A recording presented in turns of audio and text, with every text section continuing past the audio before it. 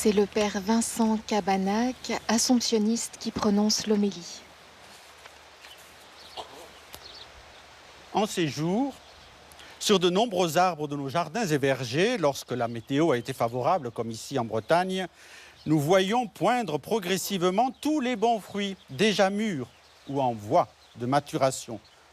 La tentation se fait grande à l'idée de les cueillir avant de les dévorer. Aucune voix ne vient nous l'interdire, si ce n'est la prudence devant toute boulimie. Vous, élèves de cette école de Nivote, connaissez bien ce rapport à la nature. Pour savoir planter un arbre et le faire croître, pour élever des animaux et veiller sur leur croissance, pour accompagner Dame Nature dans le cycle ordinaire des saisons. Et tous les autres jardiniers, éleveurs et arboriculteurs partagent avec vous cette passion. Qu'aurions-nous fait dans le jardin d'Éden ? Vous savez, dans le livre de la Genèse que nous avons lu, il nous est raconté qu'Adam et Ève avaient tout pour eux, gratuitement, et qu'ils ont voulu en jouir sans prendre conscience que ces fruits étaient d'abord un don et qu'il fallait les apprécier à leur juste valeur, parfois même le laisser sur l'arbre. Pour croître en humanité, à l'égal de la nature, il est toujours bon d'éviter certaines attitudes et comportements. Les mauvais choix que nous faisons parfois ont le même effet sur nous que le gel sur les bourgeons et les fleurs. En les détruisant par un coup de froid, le gel nuit à l'émergence des fruits à venir et empêche donc une récolte abondante qui récompense normalement le travail accompli. Il est toujours bon de mesurer les conséquences ultérieures des gestes et des paroles que nous posons maintenant.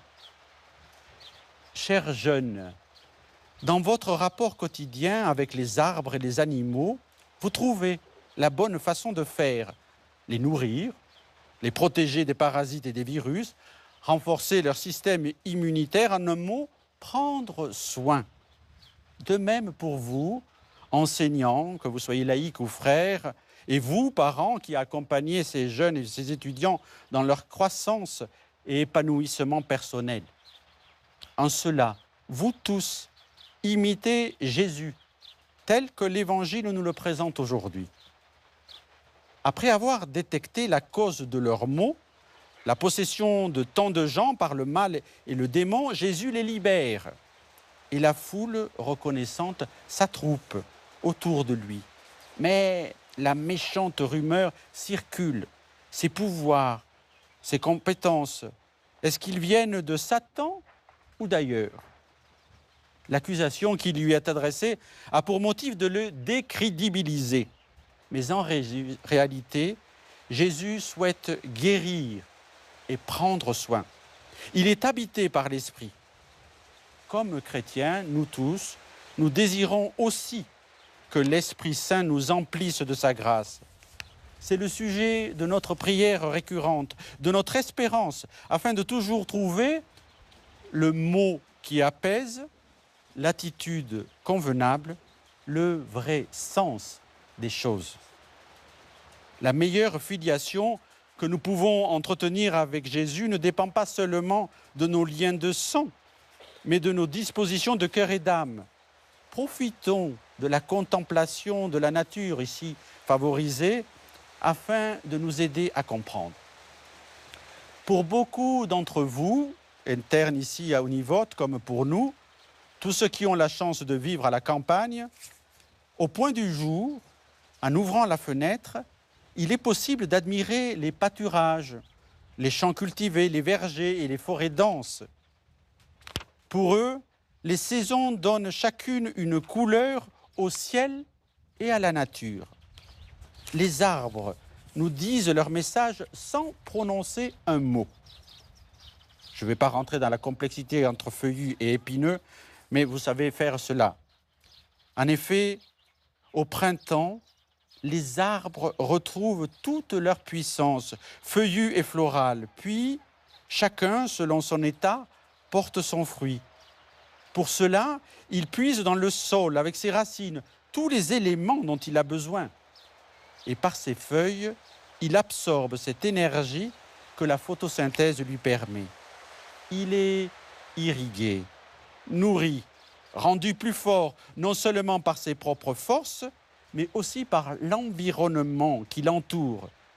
Et si à un moment, il doit se dépouiller, perdre son feuillage, avec l'amenuisement de la sève en automne puis en hiver, l'arbre se prépare à revivre avec la même énergie, voire plus grande encore, qu'il n'a eu au printemps précédent.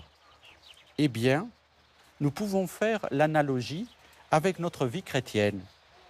Nous possédons en nous ces racines qui puisent en notre humanité pour nous permettre de déployer tous nos talents, tel un ramage abondant. Mais nous savons qu'il ne suffit pas de manger et de s'abreuver.